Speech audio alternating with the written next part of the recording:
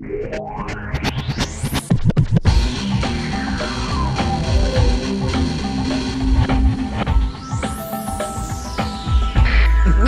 are in an information war, and we are losing that war.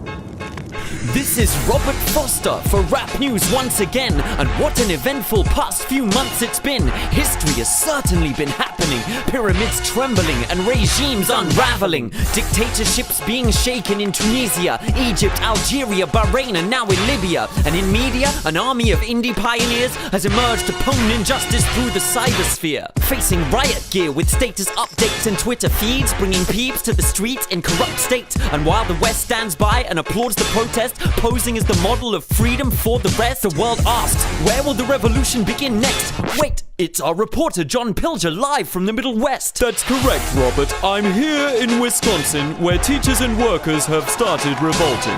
In the depths of this dark, corporatist kingdom, people have finally dared to utter the word freedom.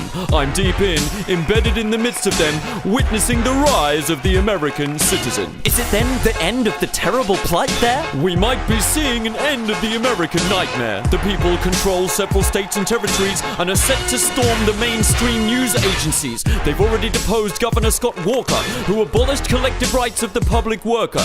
There's rage here at the genocide of the middle classes, rising poverty, food costs, and medical crisis. This is the war you don't see on television. The people have had it with this fascist prison and the two-party dictatorship that's arisen under the iron fist of the republicrat system, preventing democracy and fair elections as well, siphoning massive wealth to a banking cartel. What some here called the American dream seems to have been a dangerous pyramid scheme. And how was this legislation enacted? You may remember the September 11 attack, which some believe was a false flag tactic.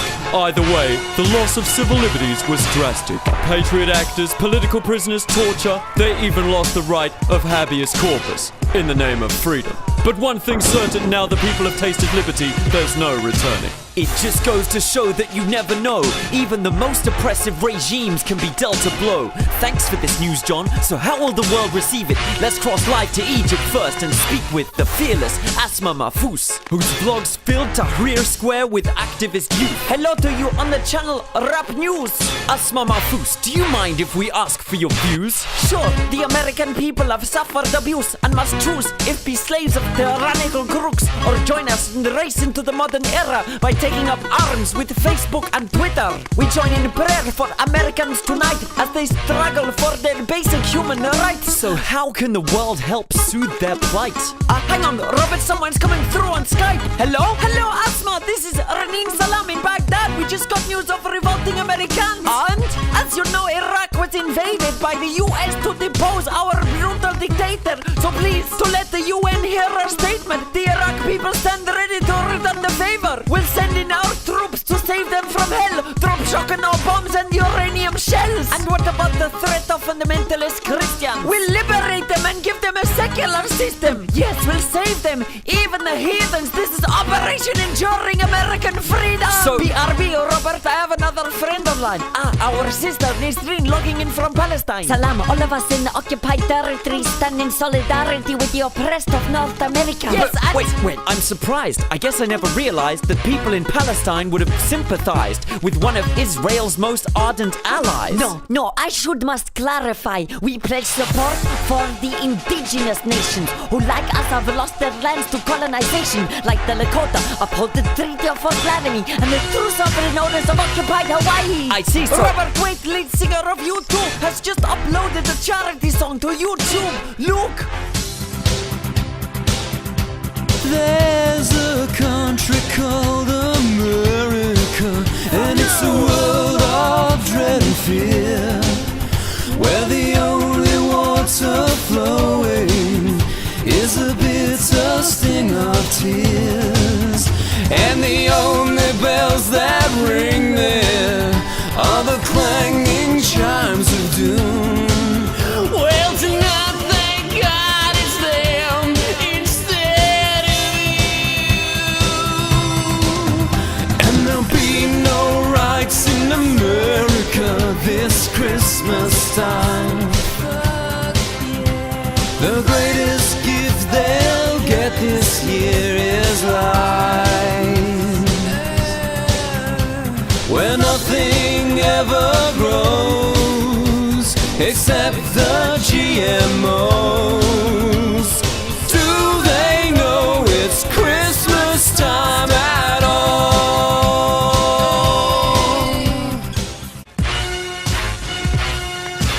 Thanks, Asma, but now for our next guest from within the regime, TV host Glenn Beck. So Glenn Beck, what's your view of these events? Hello, America. It's me, Glenn Beck. I've been educating the viewers on my redneck show to pay attention to the coming insurrection.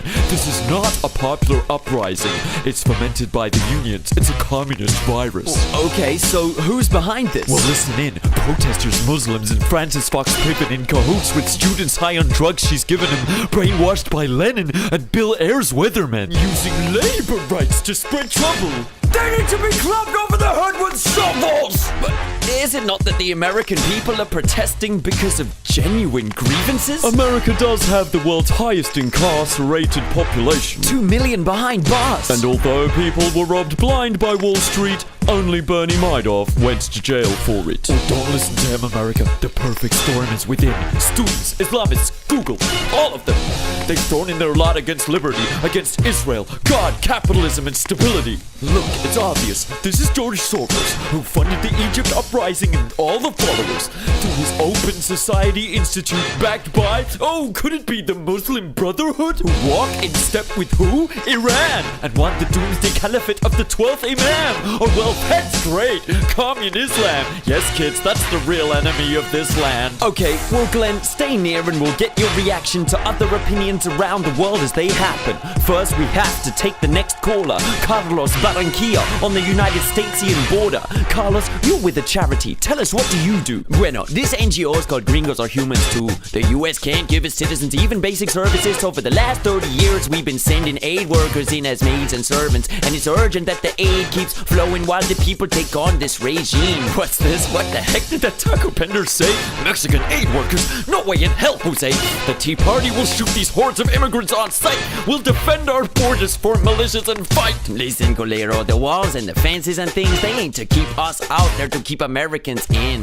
Okay, the guest who will ask next is Venezuelan President Hugo Chavez. What's your reaction as the revolution enlarges? Gracias. In primer lugar, buenas tardes. The causes of this uprising are dangerous. Capitalist gangsters, oligarchs, who keep 14% of the peasantry crying, living life below the poverty line. So Venezuela is sending cheap oil to heat their homes in the winter and ease the toil. En nombre de Bolívar, acepten nuestra caridad, es una expresión de la solidaridad.